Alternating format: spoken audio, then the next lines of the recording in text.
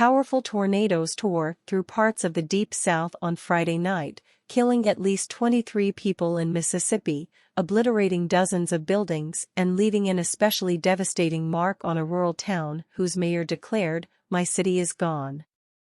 The Mississippi Emergency Management Agency said in a Twitter post that search and rescue teams from local and state agencies were deployed to help victims impacted by the tornadoes. The agency confirmed early Saturday that 23 people had died, 4 were missing and dozens were injured. A few minutes later, the agency warned the casualty toll could go higher, tweeting, "Unfortunately, these numbers are expected to change." Mississippi Governor Tate Reeves tweeted Saturday that he was on his way to Sharkey County, whose county seat of Rolling Fork was flattened. Devastating damage, as everyone knows. This is a tragedy. The National Weather Service confirmed a tornado caused damage about 60 miles, 96 kilometers, northeast of Jackson, Mississippi. The rural towns of Silver City and Rolling Fork reported destruction as the tornado swept northeast at 70 miles per hour, 113 kilometers per hour, without weakening, racing towards Alabama through towns, including Winona and Amory, into the night. Rolling Fork Mayor Eldridge Walker told CNN that his town was essentially wiped out. Video shot as daylight broke showed houses reduced to piles of rubble, cars flipped on their sides and trees stripped of their branches. Occasionally, in the midst of the wreckage, a home would be spared, seemingly undamaged. "My city is gone. But we are resilient and we are going to come back strong," he said.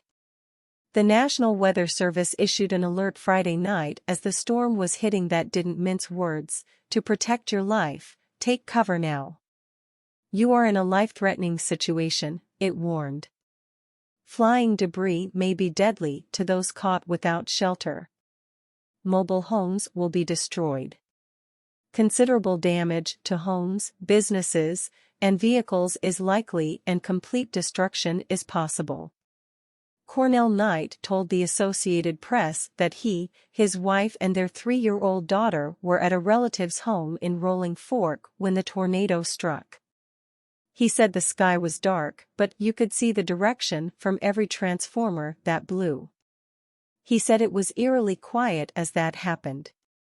Knight said he watched from a doorway until the tornado was, he estimated, less than a mile away.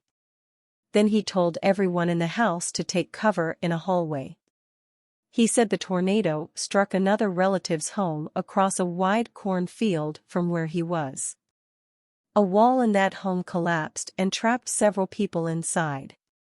As Knight spoke to AP by phone, he said he could see lights from emergency vehicles at the partially collapsed home. The tornado looked so powerful on radar as it neared the town of Amory, about 25 miles, 40 kilometers, southeast of Tupelo, that one Mississippi meteorologist paused to say a prayer after new radar information came in. "Oh man," WTVA's Matt Lobbin said on the live broadcast. "Dear Jesus, please help them. Amen." The damage in Rolling Fork was so widespread that several storm chasers, who follow severe weather and often put up live streams showing dramatic funnel clouds, pleaded for search and rescue help. Others abandoned the chase to drive injured people to the hospitals themselves. The Sharkey-Issaquena Community Hospital on the west side of Rolling Fork was damaged, WAPT reported. The Sharkey County Sheriff's Office in Rolling Fork reported gas leaks and people trapped in piles of rubble, according to the Vicksburg News.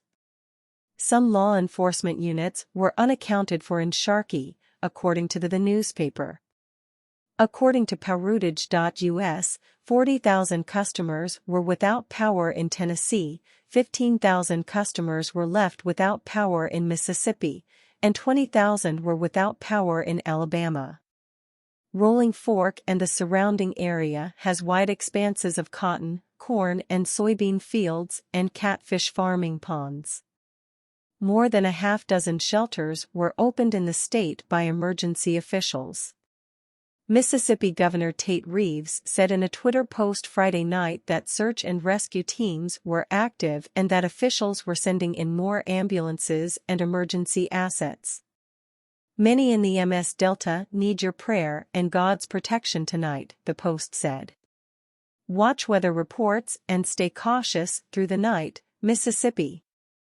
This was a supercell, the nasty type of storm that brews the deadliest tornado and most damaging hail in the United States, said University of Northern Illinois University meteorology professor Walker Ashley. "What's more, this was a nighttime one, which is the worst kind," he said.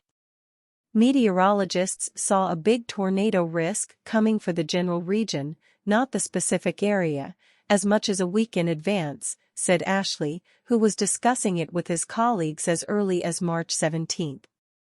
The National Weather Service's Storm Prediction Center put out a long-range alert for the area on March 19, he said. Tornado experts like Ashley have been warning about increased risk exposure in the region because of people building more. You mix a particularly socioeconomically vulnerable landscape with a fast-moving, long-track nocturnal tornado, and disaster will happen, Ashley said in an email. Earlier Friday, torrential rainfall in Missouri caused flooding that was blamed for the deaths of 2 people who were in a car that was swept away by high water. Another person was missing in another Missouri county hit by flash floods. Associated Press writers Jim Salter in O'Fallon, Missouri, Lisa Bauman in Bellingham, Washington, Robert Jablin in Los Angeles, Seth Borenstein in Kensington, Maryland, and Jackie Quinn in Washington, D.C. contributed to this report.